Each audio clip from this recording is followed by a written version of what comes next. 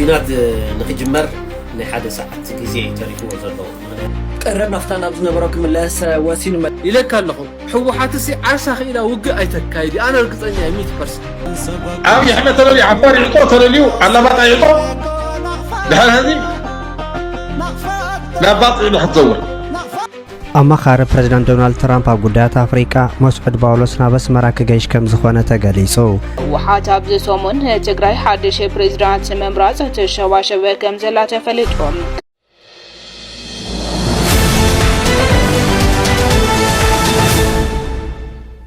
حتى بزسومن تجري حدش بريزيدنت ممراز تشواشة كم زلات فلتهم قدم قدسومن قدم منسراوي أحمد قدم سلطان جزاوم محدار تجري ليتنال جنرال تادس وردم نحد عامة زناو حقوينهم حوحات جن تيشمت لزي تقبلوا قدم كينات زنبرة منقسي نابن ورك ملس كم زو السنة ذكريهم أبا كلتشن عصر خلتنا عم تمرت زنبرة محاور منقسن وعبيات مخرن نابن ور مملاس أبا زحلفوا عصر تمعالتات كاب فصامت كوميتي يتتكال جميروم ماخلاي كوميتي زواتاتن ورداتاتن كتماتاتن اخيباتات كايدا صنيحنين ابتي اخيبات تساتفو منጭታትና ከመዘረጋግጡም ምርአት ህወሓት በሁሉ ደረጃታት ካድረም ምልሻታት ነበር ጥሮተኛታትን ወታደራትን ማህበራት ሐረስቶት ማህበራት ደቀንስቶን መናሴን በመጽዋም ነጥ ውሳነ መብርሂ ይሄው ከምዘሎ ተፈልጦም ህወሓት አበ ቀጻሊ ሚያዝያ 13 አኺባ ባይቶ زوا كم زكايدن حدش بريزيدنت نممرات بدلاو يقبر خمزلو تفليتهم اتي حدش بريزيدنت من كم تخون ارغصنياتات هيكونان زولو هتوم منጭታትና ናይት ተካላ ቦምበር ዶክተር ደብረጽዮን ገብረሚካኤል ምክትል ፕሬዝዳንት ጊዜያዊ መምሕዳር ሃይታ ማኒላ ሰፋም ወይ ድማ ሓደ ካብቶም ኣብ ግዜ ስምምዕነት ፕሪቶሪያ ዝነበሩ ተደራደርቲ ዶክተር ፍስሐ ሃብተጽዮን ከኾኑ ከመዝኹሉ መንጭታትና ሓቢሮም ኣለዎም ብውሕዱ ካብ ሰለስተ ከተማታት ትግራይ ዝረኸብና ሓበሬታ ዝመጽዓር በዝካይዳ ኺባ ቤት ምኽርን መረፃን ምድላዊ ግበረ ከም ዘሎን ውድባዊ መርገጽ ህወሓት ድማ ንታሕተዋይ መሓወር ይግለጽ ከም ዘሎ ዘመላኽትዮም እቲ ጊዜያዊ መምሕዳር ሙሉ ፈሪሱም በቲ ዝሓለፈ መንግስቲ ምስተተከ ንግዚኡ በኮማንድ ፖስት ዝመሓደር ዝገበረ ትልሚ ከም ዘሎ ድማ ሰሚዕና ኣለና እቲ በፕሬዝዳንት ጊዜያዊ መምሕዳር ዝተዋሃበ መምርሒ እቲ ዝሓለፈ መንግስቲ ሙሉ ክሳብ ዝሰርሕ ተግባራዊ ከም ዘይኸውን ዋላ ኳንተ ተወሰነ ይኹን እምበር ወሃብቲ አገልግሎት ንወር ስርሖም ክቀጽሉ መምርሒ ከም ዝተዋሃበ ገሊጾም ኣብ መንጎ ትካልን ፌደራል መንግስትን ዝተፈጠረ ወጥሮ ሲዒቡ ካብ ቅድመ ሓደ ወርሒ ጀሚሮም ኣብ ሰሜና በዝተኻይደው ኩናት ተሳቲፎም ሕጥቆም ዝፈትሑ ተጋደልቲ ነበር ናብ መስርዖም ክምለሱ ተጸዊሖም ኣለዉ ብዙሓት ድማ ናብቲ ናይ ቀደም ክፍሎም ከም ዝተመለሱ ተፈሊጦም ፕሬዝዳንት ጊዜያዊ መምሕዳር ትግራይ ሌተናል ጀነራል ታደሰ ወረደ ካብ ስልጣኖም ክለቁ ከም ዘይደልዩን ይኹን ዳንበር ህወሓት ዝወሰኖ ውሳነ ሓደገኛ ሳዕቤን ከምጽእ ይኽእል እዩ መዋሎም እውን ይዝካርዮም إليك اللهم حو حاتسي عرسا خيلا وقع أيتكايدي أنا رقصني 100%. ناي دياسبورا ريسورس ناي تقراي من اسي سجان دمن ناي تقراي دو سنقي نقع حن كورنشان كيت أمامنت نوقع أيتأتي بك أزي محرقوم يبلكا سن بك تقبار تحارستاي تمولدنا ننقرم وقع نتقراي حزي أيدلياي سلازي نقعهم أكو كورنشهم أكو سنقهم أكو دياسبورا كلون يسمع كل انترنت اللو اي لاقي مخاتدا قزع دلكا تواصا قرشي نوعات القرشي كله يا ولي 0 سنتي حازو قرشكم نوعلكم حازو نوعلكم مساخم يصنح افتطعي غزي افتنا امنو سرعت كمص خلو شعو انتግራይ توفى الى دلايكم تغور ناس سراويت لمن سيون كم اننغر كل دارغا سلكلو انترنت تقميو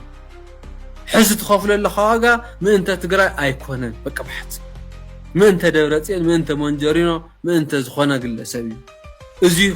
نخون هواته تخفل وزع سلازي وزع بكا وزع خافته وقع يدحر سلازي كلهم دحر يدو صحيو حوحاته لواقع إلا سب ليلا مخانو سنك لقبلا سب ليلا مخانو قرش للا خلا سب ليلا مخانو تفليت أنا وقع يتأتي هاي مالتي خاو وقع دحنا مالت مساوي لنا فلالايون مساوي لنا قدايون بطرابيزا نخنود خصع مጨረሻ ጸንቂና አንጥቀም ዕድልና ግኒ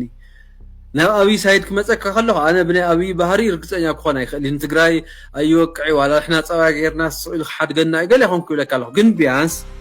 ንግዝኡ ክነህድኦ ንኽእል ነገር ንህድእ ሕዚ ኣብይ ዓይኑ ኣብ ትግራይ ዲኒ ኣብ ኤርትራ ኢልና ዓርስና ንፈትሽ በቃ ናይ ገምጋም ሕዚ ኣብይ ቁፅሪ ሓደ ክገጥሞ ልደሊ ሓይሊ ትግራይ ኣይኮነትን እዚኣ እያ ኢሉ ልከራኸረን ሰብ ይምፃእ ነውግዕ ፀገም እዩ ሕዚ ናይ ኣብይ ቁፅሪ ሓደ ታርጌት ኤርትራ እዩ ዓሰብ እዩ እዚ ኣብዛ ምስምስ እዚኣ ውሽጢ ኣቐዲመ ኣነ ልንፀፍ ኢልካ ንምንታይ ኣኻስኻ ናብቲ ድፋዕ ተኣቱ እዚ ኤርትራ ዓርሳ ዝኸኣለት ዓዲ ዓርሶ ዝኸኣለ መንግስቲ ዓርሱ ዝኸኣለ ሰራዊት ዘለዋ ዓዲ እያ ስለዚ ዓርሳ ትከላኸል በቃ ናይ ባዕሎም ኣጀንዳ እዩ ክውቅዑ ክውረሩ ሕማቅ ክበፅሖም ገለ ኣይደሊ ኣነ ኢን ፕሪንሲፕል ኣይድግፊ ሉኣላዊ ዓዲ እዩ ክድፈር የብሉ ግን ከዓ ምእንተ ኤርትራ ኢሉ ልመውት ትግራዋይ ሕዚ ኣብዛ ሕዚ ኒኣ ትግራይ ውሽጥስ የርእኻ እግዚኣብሔር የርእኻ ናይ ዓርስና መዓት ጉዳይ መዓት ነዃል ከይደፈናስ ምእንተ ዝኾነ ዓዲ ሉኣላውነት ኢልና እንደገና ዋጋ ክንከፍል ኣነ ይርአየኒ ማለት ብጣዕሚ እዚ ጫፍ ልወፅሐ ግርህነት እዩ ስለዚ ኣብይ ምስ ኤርትራ ዘለዎ ጉዳይ ክውድእ ተኾይኑ ንሕና ኢድና ይንእቱ ኣይንሳተፍ ኣይንሓግዝ ምስ ሓደ ምስ ሃይድ ኮይና ኣይንወጣወጥ በቃ ድኽነትና ንግበር ኢድና ንስሓብ ህዝብና ንርአት ተመዛባላይ ንቐልብ ወይ ቅድሚ ወርሒ ደኾነ ሕፃፅ ኢልና ወይ ንብል ነበርና ጠቕሚ እኮ እዩ ንሱ ሒዝካ ኣሜሪካ ውግእ ተኣቱ ነቲ ሕፃፅ ለሎ ወላዲ ነቲ ሕፃፅ እኒኣ ደደኻ ሕዚ ኮረንሸም ፅኽትላ ማለት ካብተን ሕዚ በረድየት ዝኸዳ እዚ ንሱ ንግበር ንሕና ትግራይ ናይ ባዕላ ፕራዮሪቲ ትግበር ኤርትራ ዓርሳ ትከላኸል ቀረብ ናፍታ ናብ ዝነበሮ ክምለስ ወሲኑ መጠን ቀረብ ነዳዲ ናፍታ ቅድሚ ኩናት ማእከላይ ምብራቕ ናብ ዝነበሮ ክምለስ ተወሲኑ ኢሎም ሚኒስተር ገንዘብ ኣሕመድ ሺዴ ቀረብ ናፍታ ካብ 4.5 ሚልዮን ሊትር ኣብ 9 ሚልዮን ሊትር ከም ክመልዮን ኣዲስ ኣበባ ካብ ደቡብ ጀሚሩ ንክልላት ድማ ካብ ፅባሕ ጀሚሩ ናፍታ ካብ ጅቡቲ ናይ ምቁዓት ስራሕ ከም ዝውገን እቶም ሚኒስተር ተዛሪቦም እዮም ቤንዚንን ናይ ኣውሮፕላን ነዳድን ቅድሚ ኩናት ብዝነበሮ መጠን እናቐረበ ከም ዘሎ ድማ ተዛሪቦም እዮም ኣማኻሪ ፕሬዝዳንት ዶናልድ ትራምፕ ኣብ ጉዳያት ኣፍሪቃ መስዑድ ጳውሎስ ናብ ኣስመራ ክገይሽ ከም ዝኾነ ተገሊጹ ኣማኻሪ ፕሬዝዳንት ኣሜሪካ ኣብ ጉዳያት ኣፍሪቃ መስዑድ ጳውሎስ ኣብ ዝቐረባ ግዜ ምስ ሰብ ስልጣን መንግስቲ ኤርትራ ንምዝራብ ናብ ኣስመራ ከምርሕ ምዃኑ ጸብጻባት ኣፍሪቃን ኮንፊደንሻል ይሕብር ኣሎ ኣብ ዝሓለፈ መዓልትታት ኣማኻሪ ፕሬዝዳንት ሕቡራት መንግስታት ኣሜሪካ ኣብ ጉዳያት ኣፍሪቃ መስዑድ ጳውሎስ ሃገሩ ምስ ኤርትራ ኣብ መዳይ ኣህጉራዊ ንግደ ጸጥታን ጸረ ሽበራን ማእከል ዝገበረ ምይይጥን ምርድዳእን ክትገብር ደልየታት ከም ዘለዋ ምግላጹ ይዝከር ኣብይ ኣሕመድ ተለልዩ ዓፋር ይዕጦ ተለልዩ ዓላማጣ ይዕጦ ድሕሪ ህዚ ናብ ባፅዕ ኢሉ ክትዘውር ናብ ፖርት ሱዳን ኢሉ ክትዘውር ኢኮኖሚና ድሕሪ ህዚ ብሱዳንን ብኤርትራን ይኾን بتعرض جنزب كسر عسنا خيلنا كل ذي تقول دكتور هايله كل عينة جنزب أفتكري إنشارة شر الله إلى الحصاني of course لا يكون يسمى زط والصوم يوم كمرحنا الصوم دون حرارة تخليه بصورة كده هذه بركم هاجرة مسنقفة مسنا شلون باوند ولا حالي وانت هاليو ده حدا ينا بكتما بقرة سرحة حلال نادي بدلاينا هنا نمس هاي اللي قبل حد بدلاينا هنا نمس بين نفسك بواقع بفورت سودان ትግራይ ኣብ ወሰን ሓድሽ ፖለቲካዊ ቅልውላው ሕወሓት ንጀነራል ታደሰ ወረደ ብሰላም ስልጣን ካረከብ ክብል ከሎ ብጀነራል ታደሰ ወረደ ድማ እየለን ዝብል መግለጽ ምሃብ ዝፍለጥ እዩ ብሪቶሪያም ዝቆመ ግዜያዊ ምምሕዳር ፈሪሱ ይኽብል ከሎ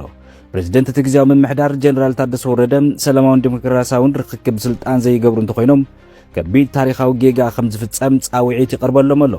እዚ ብወግዒ ዝተኣወጀ ምስሓብ ኣብ መንጎ ትውድብን እቲ ግዜያዊ ምምሕዳርን ዘሎ ዝምድና ጥራሕ ዘይኮነስ ምስ መንግስቲ ፌደራል ዝነበረት ገመድ እውን ተበቲኻላ ናይ ሕወሓት ተሪር መጠንቀቕታ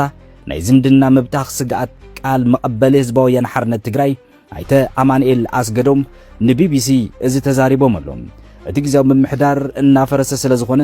ምስ መንግስቲ ፌደራል ዝነበረ ናይ ዝምድና መስመር ከም ዝተበተኸ ብምግላጽ